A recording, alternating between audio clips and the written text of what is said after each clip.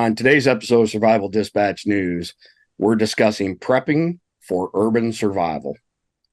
Today's episode of Survival Dispatch News is brought to you by Nutrient Survival. And we're back, and we've got Chris from ammo.com. Thanks for joining us, Chris. Oh, Chris, it's a pleasure. I'm so glad to be here on the Survival Dispatch podcast. It's awesome. I love being this, and I love talking preparedness and all things ammo. It's going to be a great time. Yeah, absolutely. So let's just go ahead and jump right in. I know that you've got some products that are part of your kit, prepping for urban survival. Let's talk water first. Yeah, absolutely. I think, the rule of three, we hear about this in the preparedness community all the time. You can survive 3 minutes without air, 3 days without water, and 3 weeks without food. I'm going to say those are going to be a rough 3 days without water. And I think that in urban survival, taking care of your water situation is incredibly difficult because you've got less square footage to work with. If you live in like an apartment or a townhome, something like that in the middle of the city, you don't have a shed where you can go stick your 55-gallon drums of water out into. You really you have to work with what you have. And so I got a couple ideas for you. If you've been thinking about like, how am I going to handle water in a situation if things go down? Maybe it could be civil unrest. We had the riots a couple years ago, the whole Right. Chaz and Chop thing. That was an SHTF situation for those people. And in those types of situations, having your water ready to go is a great way to do it. But if you don't, one thing I like to have on hand here, this is a water bob. It fits in your bathtub. So trying to use things that maybe you won't have thought of for water storage. This fits in your bathtub. You can fill it up, and then you don't have all that soap scum and grime and stuff like that getting in contact with your drinking water, which is the last thing you want. So what's one of those water bobs cost? I think they're like $20. I mean, they're really affordable. I mean, a lot of the stuff that I'm going to show you today is incredibly affordable, not something that you're going to have to, really drop half your paycheck on to get a hold of. And then, one thing that I think is another great addition to any kit for urban survival is one of these.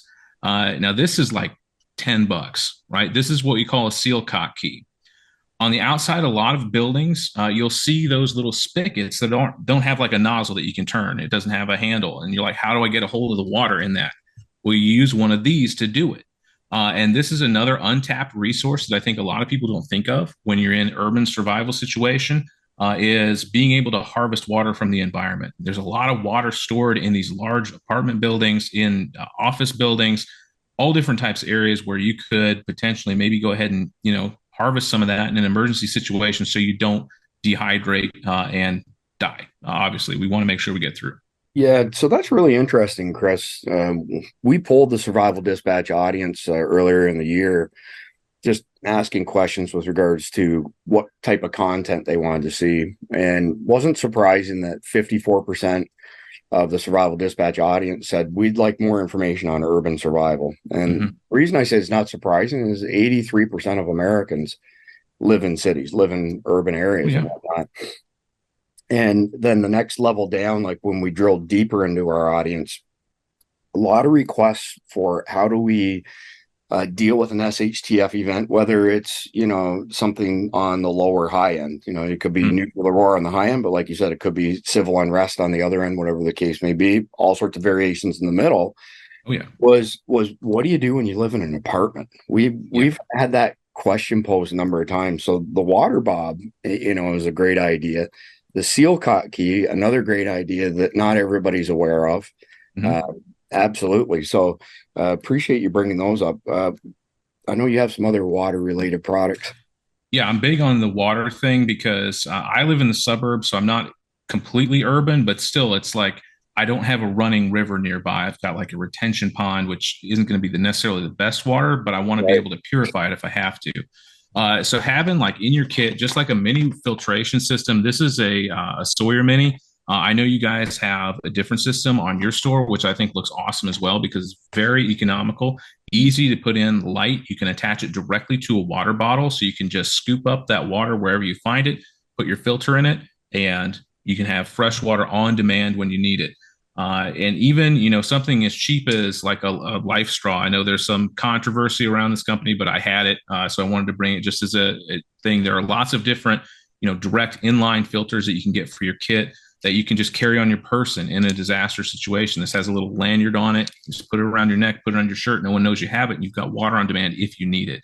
And it's a whole lot better than just drinking dirty water. That's a good way to get cholera, dysentery, or crypto. That's a bad time. Absolutely. I mean, we speak fairly frequently to our audience that getting home is probably more relevant than bugging out.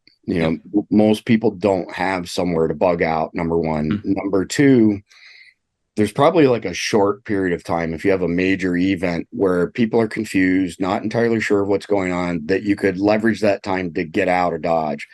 But once everybody's kind of aware of what's going on, you're going to have gangs and marauders and all kinds of stuff going on. And if you leave at that point in time, you're probably just going to be mugged, robbed, potentially killed, sort of thing.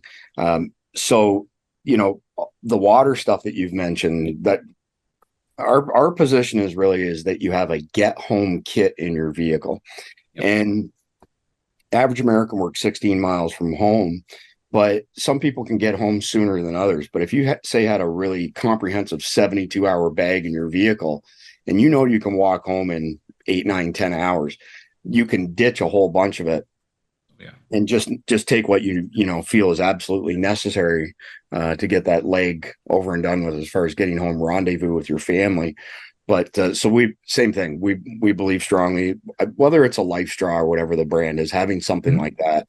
It's easier to carry that than it is to carry bottles of water. That's for sure. Yeah, I mean, this weighs a couple ounces, whereas if you got a full Camelback full of water, I mean, that's pounds. And in the backpacking world, the term is ounces equal pounds. And so the more weight you can cut out of your bag, the faster you're going to be, the faster you're going to get home, the more maneuverable you're going to be, so you can avoid potential situations like you're talking about, like gangs, marauders, things like that. It won't take long for these criminal elements to kind of figure out, okay, it's open season. There's no power. There's, the police aren't coming, whatever it is, whether emergency services are overwhelmed or it's like you talking about worst case scenario, like EMP, something like that. They're going to take that and capitalize on it. And you need to be as quick as you can to get home and get back to your castle so you're ready to go. Absolutely. Yeah. Again, we preach it frequently. Oh, yeah. Having a GHB, a get home bag, is probably more relevant and more important than having a bug out bag when you don't have anywhere to bug out to. Yeah, exactly. There's this whole, I love this myth we have in the prepper community. Sometimes it's like, the lone wolf, survival with the dude in his backpack out in the woods going, all Rambo style. And the truth is you can do it, but man, you got to have a lot of training. And I know that for me as a father and, doing stuff here at ammo.com and with you guys, it's like, I don't have time to get out in the bush, every weekend and work on my bushcraft and things like that. That's going to be a really hard way to do it. And if you have nowhere to go, it's like, what are you going to do? You're going to pick a direction on the map and just go for it? It seems like a rough idea. Tough question to answer. And there's really no, answer that applies to everybody. Everybody's situation is kind of unique.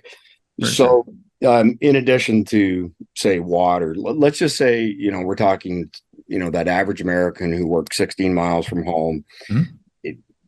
Going to want water, whether it's, a matter of hours or even a day to get home.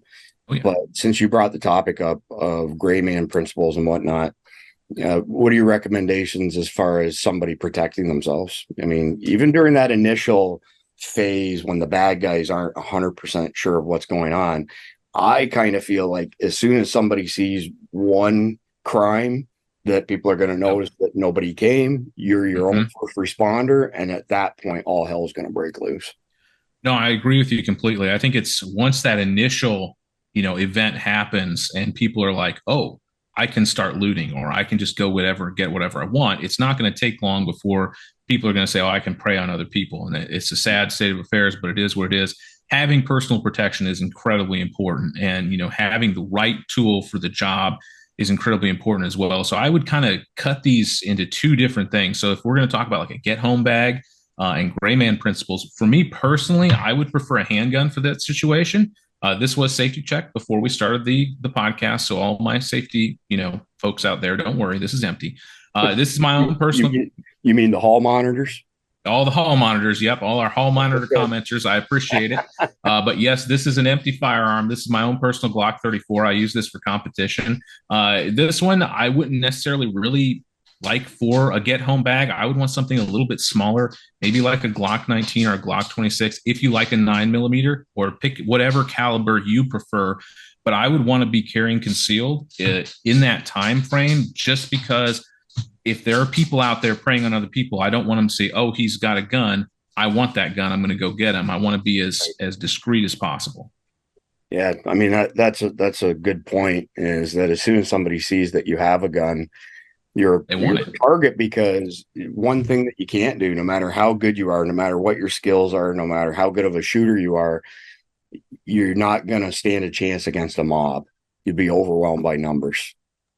And no, you're absolutely right. I mean, it's, Sam Colt said, God made all men, and, Sam Colt made them equal. But when there's more of them than you, it's not a fair fight. It's better to avoid that situation or just not get in it in the first place. And carrying concealed is a great way to at least have something, so that if the worst should happen, you've got something there to protect yourself with, but you're not advertising. Yeah, maybe for some of the people watching this that aren't familiar with the gray man principles, essentially the idea is to be as inconspicuous as possible. Not to make yourself look like a high value target, not to be a force to be reckoned with or anything like that. So there's a time and a place for everything, right? So I think we may have discussed actually on y'all's podcast that in some situations, I actually think that open carry isn't a bad thing. Like if you're a pretty muscular, fit person and you're open carrying, there is an element of, deterring people from, even if they have numbers on their side. Nobody wants to be the first couple of guys in who gets, high speed lead poisoning or anything like that. But I think generally speaking, I would agree that gray man is the way to go, and get home as inconspicuously and as fast as you possibly can. So you don't really want to look like Rambo. You don't want a 12-inch fixed blade knife on your hip. You don't want to be open carrying a gun. And many people believe you don't even want to be carrying anything that looks tactical, like a backpack or anything like that. So yeah, I got a couple bags here to kind of give that demonstration. Okay. Let's see. So I mean, this is just a surplus. Just like a little scout pack would be a great size for like a get home bag, but I mean, it screams military. I mean, right. You've got your molly webbing, you've got your your military, or your Marine, your Marpat, digital camo. It's a great little bag. It's built really well, but it just kind of screams prepper. And that's the last thing we want, especially if we've identified the situation. Like, okay, it's going down. We need to get home as quick as possible. That might be great. For if you're running a patrol or something like that, and you want to look awesome and you want to look tough and, have that presence, like you were talking about earlier with open carrying, like, okay, this is some dude I don't want to mess with. But if we just want to get home as quick as possible, we want to be as invisible as we possibly can. Yeah, that's a good choice of words. Yeah. And so having something, just like this, I've used this bag for years. It's just like a simple black and white Puma backpack. I picked it up for like $10 at like TJ Maxx or something like that. Really, it's well built. It's going to do the job as long as I don't lay it down with like 30 pounds worth of gear, which for a get home bag is going to be way too much in the first place. Right. But that will really help you, give you like that urban camouflage. You just look like some dude walking down the street who's got a backpack. And, depending on what city you live in, that could be very commonplace. So you're not going to scream, hey, I'm a prepper. I've got stuff that you want. Yeah, that's a good point. We've shown the bag behind me on our channel. Oh, yeah, this is cool. Which is pretty neat. And we're not an affiliate with Burna, by the way. So I'm not showing this bag because we want somebody to go click a link and buy it. We don't have any type of affiliate relationship with them. But one of the things I think they did really well with this bag, Chris, it doesn't look tactical at all. It just looks not like at all. A plain Jane book bag. Mm-hmm. Yeah. And there's a handle on it here. So when you have it on your back, one hand, you can deploy it, and it has essentially a plate carrier inside of it that's 3A body armor in the front. And then the bag itself still has 3A in it as well. which is good for up to 44 Magnum. So it's Denny Chapman, who's our resident subject matter expert on all things firearms. He's very fast on the draw. And when we first got this bag, from the time that he pulled it to deploy the front plate carrier and then had a holster attached to the molly on the front of the plate carrier, pulled his pistol and shot the iron, we're talking about 1.5 seconds ish sort of thing. It's pretty impressive. And I really like the way, again, that Burna has done this to be very, very inconspicuous.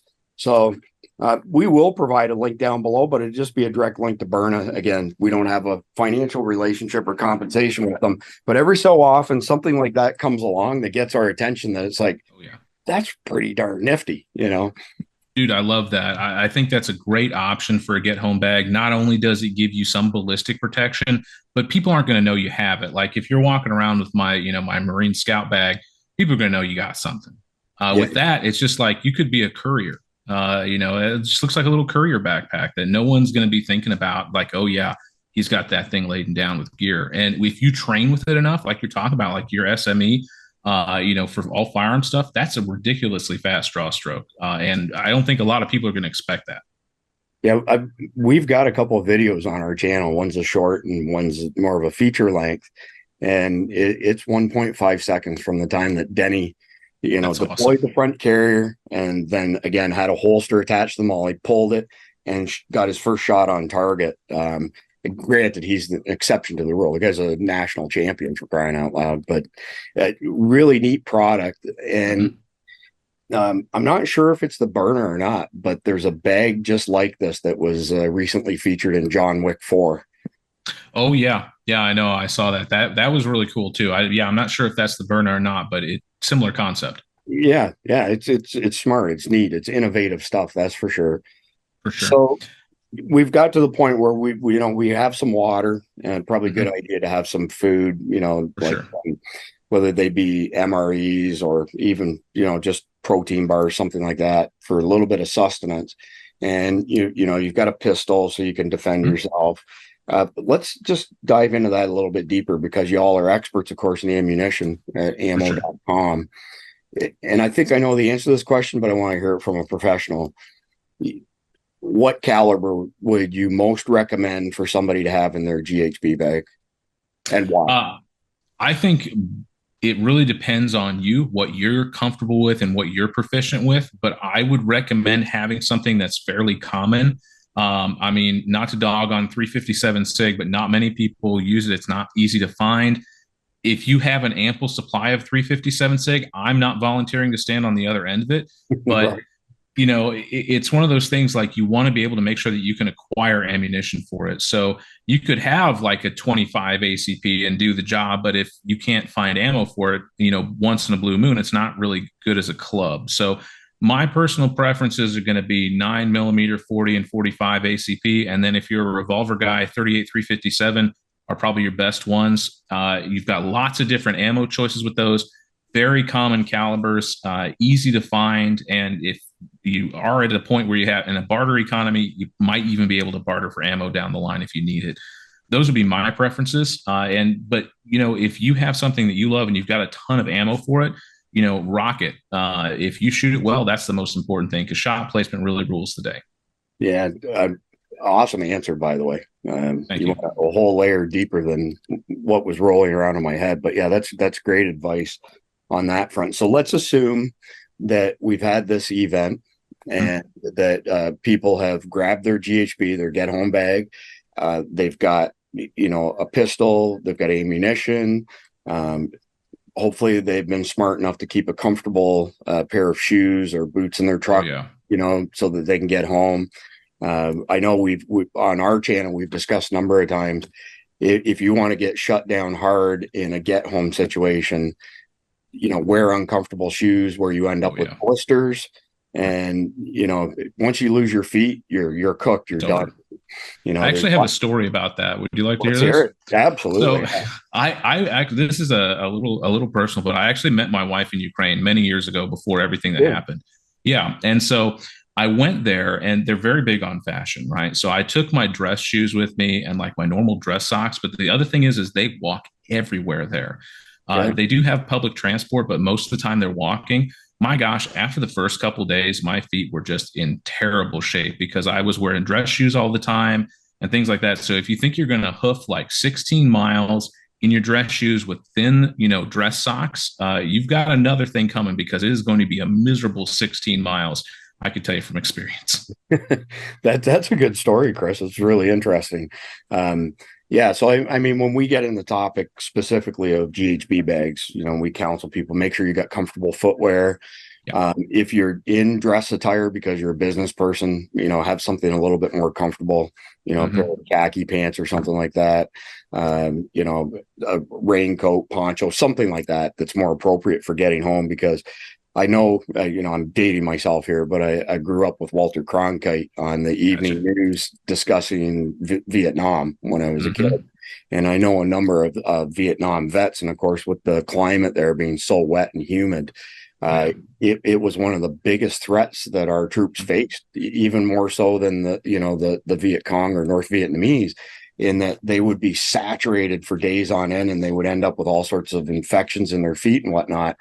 And I mean, just to use a saying from Texas, that you lose your feet, you're as useless as tits on a bull. So there you go. Yeah, as Walter Cronkite would say, that's the way it is. So you got to take care of your feet in these situations, and just having that extra pair of socks in your bag isn't going to be that heavy. It's not going to add that much weight, but it could be the difference between life and death in that type of situation. Yeah, even a handful of like blister packs, that sort of thing, so that if you did skin, blister, you can cover it up, sort of thing. Barring that, having some duct tape, fix anything with duct tape, right? But for sure, I mean, you got to make do with what you have. 100%. Okay, so we're now at the point where we've decided that we have to leave our vehicle for whatever reason. Maybe the roads are clogged. Maybe there's been an EMP, it shut down a bunch of vehicles that are EFI, electronic fuel injected, and we're on our way home. And we get home, and that's where we're rendezvousing with our family.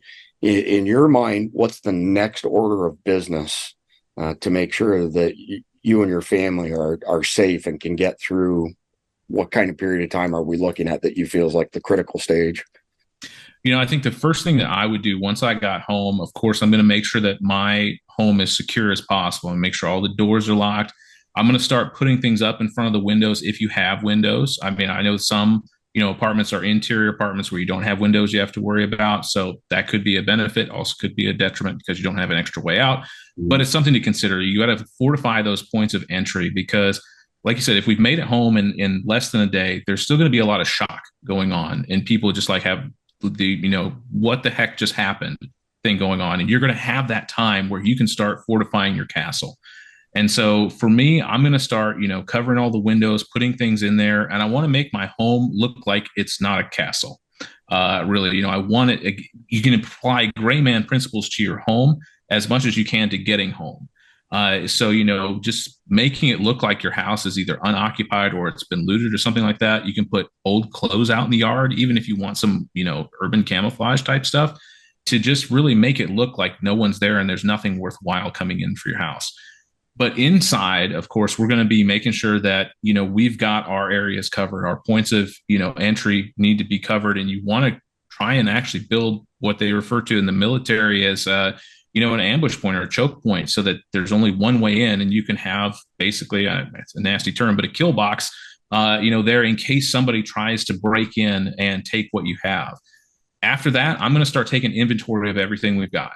We need to pull all of our supplies together so we understand what the situation is and where we need to put our priority.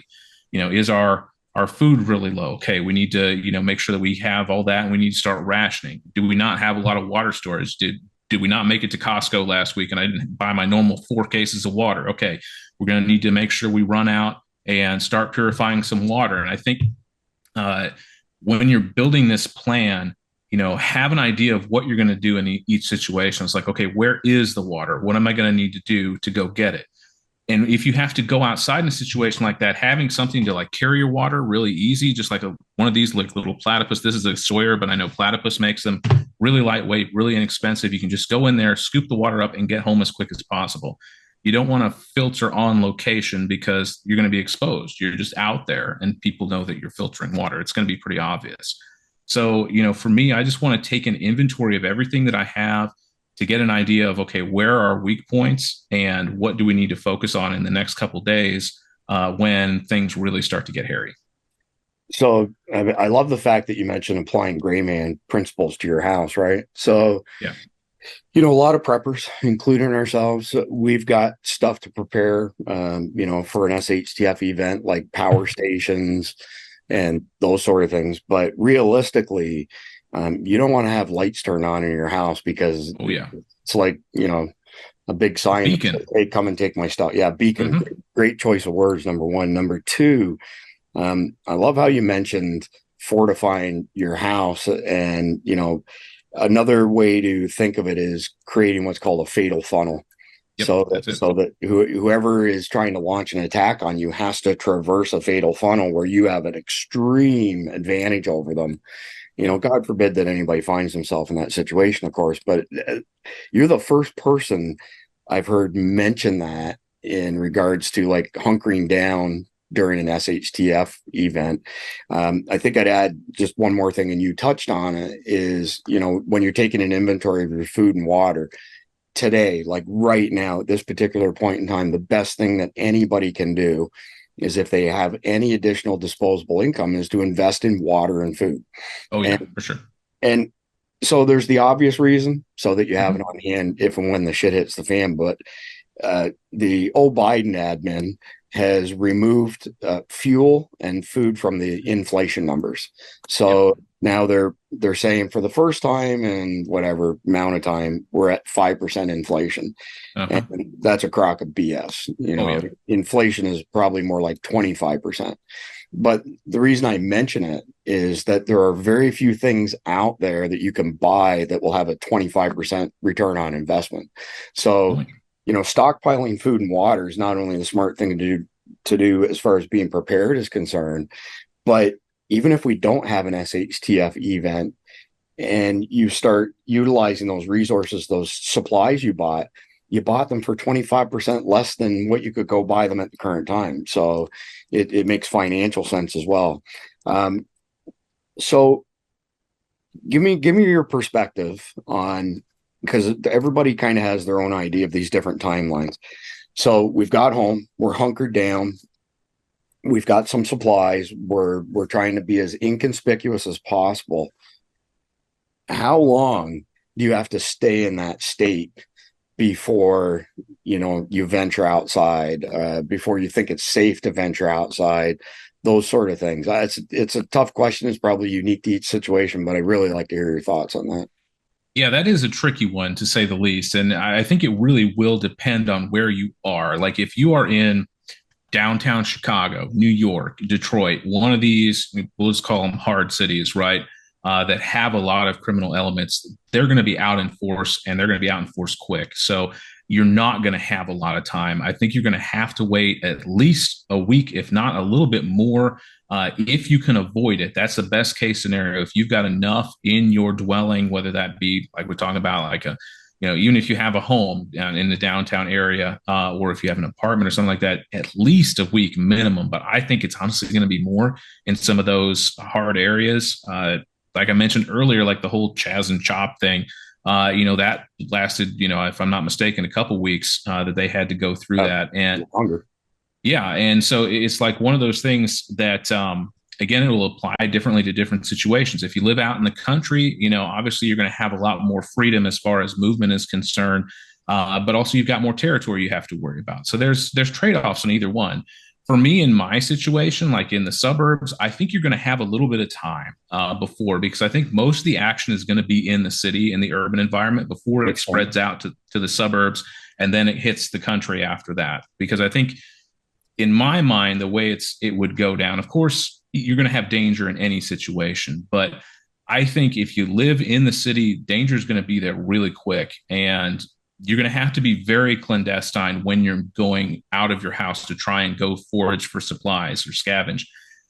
Me personally, if I had to do that, I'm going to try and use the cover of darkness to do that, because Good point. I think that if it's broad daylight out, you just got a big target on you at that point. I think that you need to have that, and you want to have something quick that you can go just grab what you need. Like we're talking, I showed the water carrier or something like that. Just go in, scoop up your water, cap it, and run back home as quick as you can, because it's going to be pretty nasty in that urban environment for quite some time, in my opinion. Yeah, so I apologize. It was, somewhat of a sideways question. No, I, it's okay. I've been asked the question myself, and I don't know that there's a definitive answer. No, But there's my, not. my opinion is stockpile as much as you possibly can at this point in time, Yep. so that you can hunker down for the maximum amount of time. Oh So, yeah. there's some people out there who are leaps and bounds ahead of everybody else when it comes to prepping for some sort of event, that basically, they have a bunker that they're going to go into today and they're not going to come back out of for 12 months. And, Yep. I think at the 12-month point, if we had something like a nuclear war, we were, an EMP strike put us back in the Stone Ages, Mm-hmm.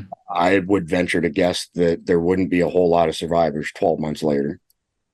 I think that they did, the EMP commission did this, and I think they said that within a 12-month period, we would lose somewhere between 80 and 90% of the population.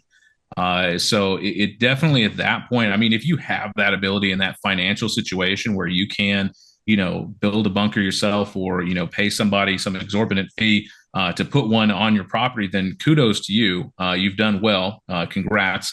But for the rest of us, myself included in that, we're going to have to make do above ground here for the most part. Yeah. And being as discreet as possible during that time frame is probably going to be the key to your survival. Like you said, staying in your dwelling, your castle, as long as you can before you have to venture out is always going to be the better situation because you have control of that space.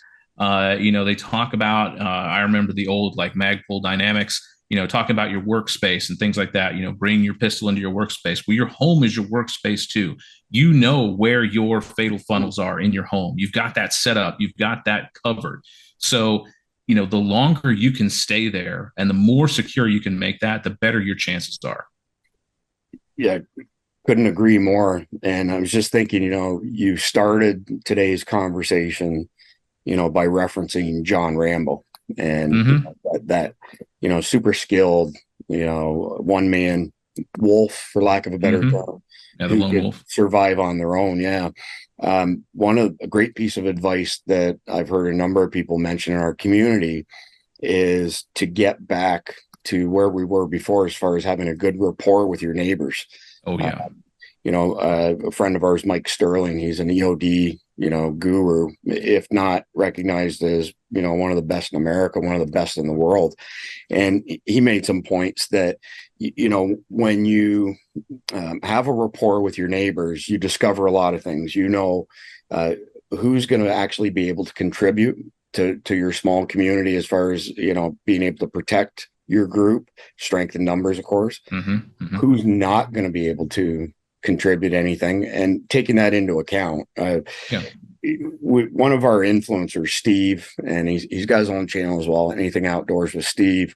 We had a off the record conversation on this, and he said that one of the hardest things that he's had to get his head wrapped around is that if we have some life altering SHTF event, how do you handle friends and family that come to your door with their hat in their hand? They felt you were a tinfoil hat conspiracist, and now they need help, but you have enough resources for your immediate family. How do you deal with that? And I don't have an answer to that, because, and I think unless you're in that situation, the vast majority of us have enough humanity that you would do everything you could to save a fellow human being, especially family. But by the same token, I know some pretty hardcore preppers where they've already laid the groundwork in advance and told their family who refuses to prep or anything, don't come here if it happens, because I don't have enough for you. Yeah, that's a really difficult situation, and it's one of those questions that it's impossible to really answer ahead of time because, like you said, it's really hard to turn away friends and family, especially people that that maybe they just they had a different upbringing and they weren't thinking as freely as they could, otherwise known as tinfoil hatting, like you and I can do. Right. But it's one of those things. It's hard to just say no, hit the bricks. You didn't prep, you had your chance. It's really tough. So I mean, in that situation, if I were in that situation, what I would do is I would have something set aside a little bit, just kind of like a charity bucket or something like that. I know that that's extra burden on you, but at least you give them something. If you can't if you can't take them into your community or your place, you can at least like, here's a backpack. There's like food, cooking oil, water filter, stuff like that. And it doesn't have to be, expensive food. You could put a zip or not zip, like a vacuum sealed pack of rice in there, some cooking oil, maybe a couple little things of spices and a water filter. Like, I can't keep you here. I'm sorry. Here's this. This will at least get you somewhere where you can go, that can take you in, but I just don't have the resources. So at least you would feel some, empathy. You could help them out a little bit. And, you wouldn't feel like so bad. It's just like, oh, F off because you didn't prep.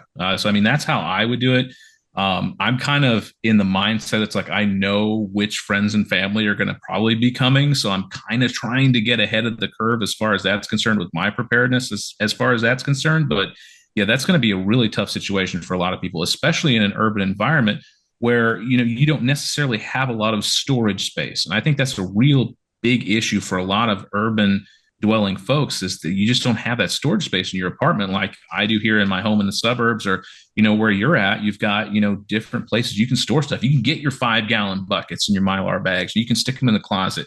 Whereas if you're in an apartment, it's going to be a lot more difficult to do that type of bulk storage and even prep for other people as well. So now for the second time I'm going to say this, is that you're the first person who's ever made a suggestion that there's a middle ground between come on in, yep, we'll help you, or, get lost. Yeah, pound sand, right?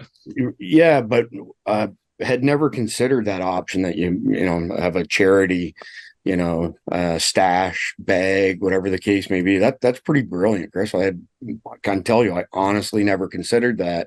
But as you were mentioning that, I was thinking to myself, there was a video that I saw yesterday, and it was some young girl sitting on a subway in some major city. I don't remember which one. And this guy started demanding that everybody on this train give them his phone or their phones. And so as all these people are handing over their phones, this girl, she has her phone, she kind of slipped it in between the cushion and the seat beside her. And when the guy showed up, she reached in her bag and handed him an old, basically an antique smartphone. Like flip phone. Yeah. It wasn't on the network. It was decommissioned, sort of thing. And there was a short story that went with it, basically said that things are getting so bad in this particular city, and I don't know, Chicago maybe, that people who ride the subway are now carrying decoy phones with them. And crazy.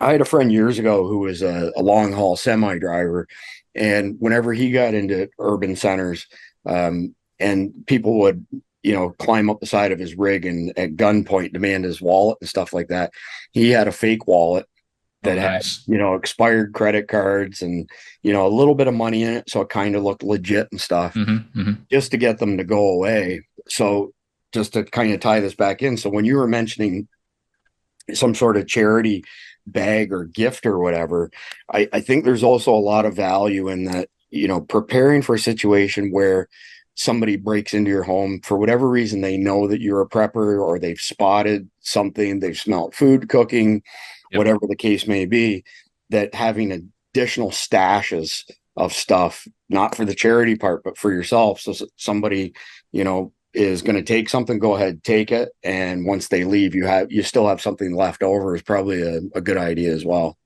Well, I mean, I think one of the tenets of preparedness is, 2 is 1 and 1 is none.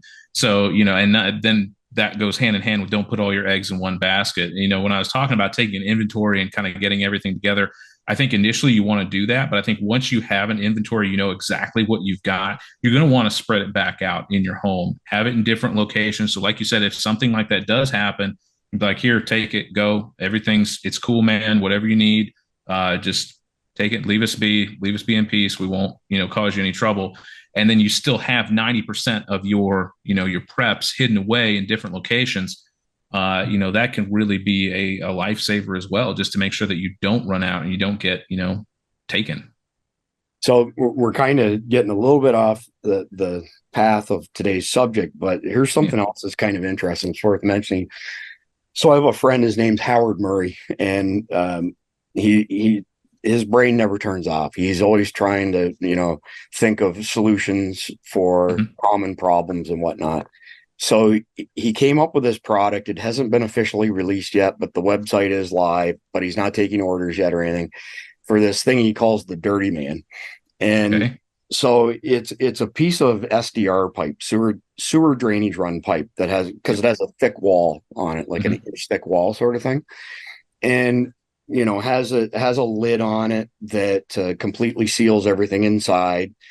And what you do is you dig a spot in your yard or wherever, and you set this guy in place called the Dirty Man. You set it in place. Then there's a sleeve that goes over top of it.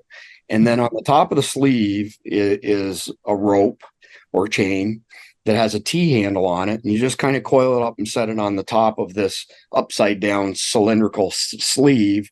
And then you put the dirt back over top of it. So Okay. somebody searching with metal detector is probably not going to find it. Yep. Good place to store valuable things that you wouldn't want somebody to be able to steal if you had a B&E or you had a home invasion, that sort of thing. So then the idea is that, when you go to retrieve it, you dig the dirt up and you grab that T handle and you pull it up, and the entire Little thing. sleeve comes out and leaves the Dirty Man canister sitting there.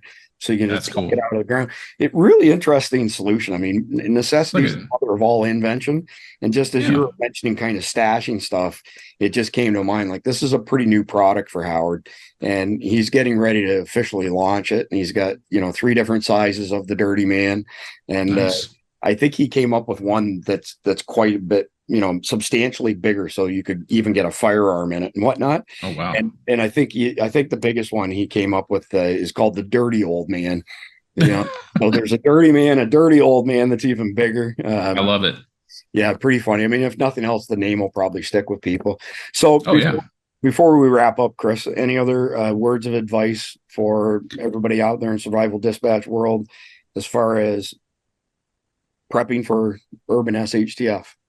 I think the best thing that we can emphasize is the time to prep is now. I mean, there's so much going on in the world right now. If you're not aware of everything happening and all the wheels that are turning right now, and you're not at least a closet prepper, I got to ask you, what have you been watching? Because right now I'm in like high gear mode. I'm like, let's start getting things put together because it's getting kind of hairy out there. I'm not saying that anything's going to happen. Of course, none of us know the future, but Right? we have the resources and the ability to prepare now. And like you were talking about earlier with the food, inflation's not going anywhere but up at this point. So it's, if you want to justify it in your mind as an investment in the future, I think that's a great way to look at it, because if food continues to go up the way it is, that food that you bought now for $5 is going to be $10 in a couple of years at this rate. You just saved yourself 100% on your food bill, and you can always dip into that if you need it, if times get tough. So I think that the time is now. Don't wait. Start working and start doing little things every week. I think that's the biggest thing. I know that when you look at prepping as a whole, it can be very overwhelming. You're like, oh, I've got to go get a homestead, and I've got to build a garden, and I've got to dig a bunker in the backyard and stuff like that. I got to get my get home bag together and stuff like that. Start with little things. Get like like we are talking earlier, like just grab this Sealcock key real Yeah. quick and stick it in the bag. Get yourself a JanSport, or even that backpack you were showing there, the tactical backpack. Just throw it in there, start putting little things together, because when you take little steps, you can go a long way. As long as you consistently take those steps every month, every paycheck. So just, set aside 10, $20 every paycheck, pick something up that you need, whether it be food, water purification, personal protection. Of course, if you need bulk ammo, we've got it at ammo.com. It's a great way to save. As preppers, we all like buying in bulk, right? Because that saves you money in the long run. Yeah. So one of the hardest lessons I've learned is that, and one of my mentors taught me this, is that perfection is the enemy of progress. Oh So yeah. my personal preference is to make sure that something's absolutely perfect before I deploy it or undertake it or whatever the case may be. And then you're kind of like a deer frozen in the headlights when it comes to stuff like prepping. You don't have to check all the boxes at the same time. Mm-hmm. It's just get the process going. And then before we wrap up, I just wanted to circle back on something like you mentioned. Time is the most valuable resource in the world. It's the only thing that can't be bought or replaced. So you have a family, you have work, you have a house to look after, all those sort of things. Hard to find time to acquire skills. And, it's important though that we do acquire whatever skills we possibly can in the event that the world as we know it ceases to exist. So we had a gentleman approach us not too long ago. Jason Roberts is his name, and he wrote a book. It's like around 90 pages long, called Empty-Handed Odin. And in this, he chose Odin because the Norse god Odin Mm-hmm. has the ability to do all sorts of things, like lightning and so on and so forth. Exactly. But essentially, his book is acquiring and utilizing primitive survival skills in a modern world. So super nice guys on the same mission that Survival Dispatch is on. Our job at Survival Dispatch, first and foremost, bar none, is to do our very best to disseminate information so our fellow Americans not only survive in very uncertain times, but can actually thrive. So the reason I mentioned this book is I wasn't entirely clear what he was asking of Survival Dispatch. So I said to him, are you asking us, to put this on our e-com store? Are you asking us to make it available as a free download? Like what would you like to see happen? And he came back and he said, no, I want to get this book in as many people's hands as possible, and not for monetary purposes. If you could make it a free download on your website, I'd really appreciate it, because I just want to share information with people. Awesome. So they have this resource. So we actually just threw it up on the website today. And under the store link, it's the very first option. Primitive survival skills for modern times is what it's called. And it's a free download. And we didn't put it on the website till we read through it. And there's some information in it that, I thought I kind of, knew some stuff. And boy, I'll tell you what, he taught me some lessons. He's got a section in there, Chris, where he took old CDs and flipped them upside down, ran wire around them, and turned it into a solar array. Wow, that's cool.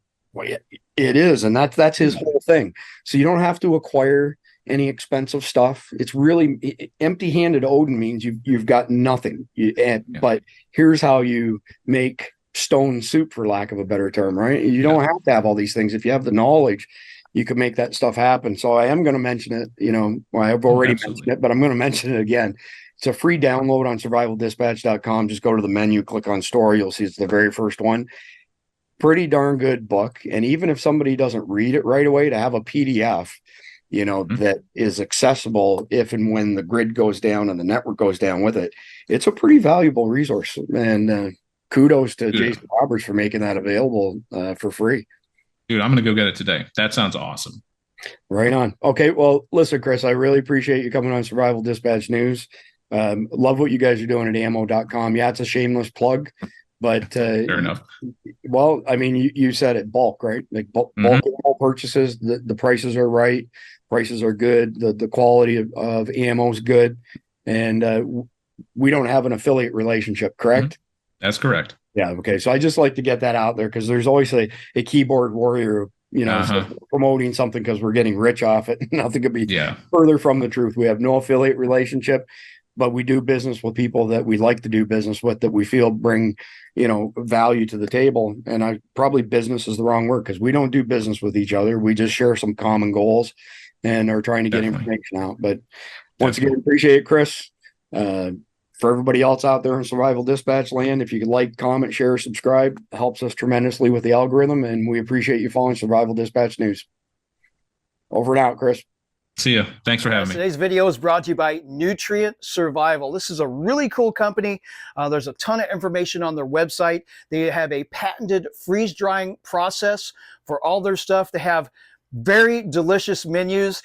They have 3 to 90-day survival packs. Of course, you can buy individual packs. Here I have some awesome lasagna. We've tried it here at Survival Dispatch, and we love it. It's nutrientsurvival.com. And as always, we'll have a link below.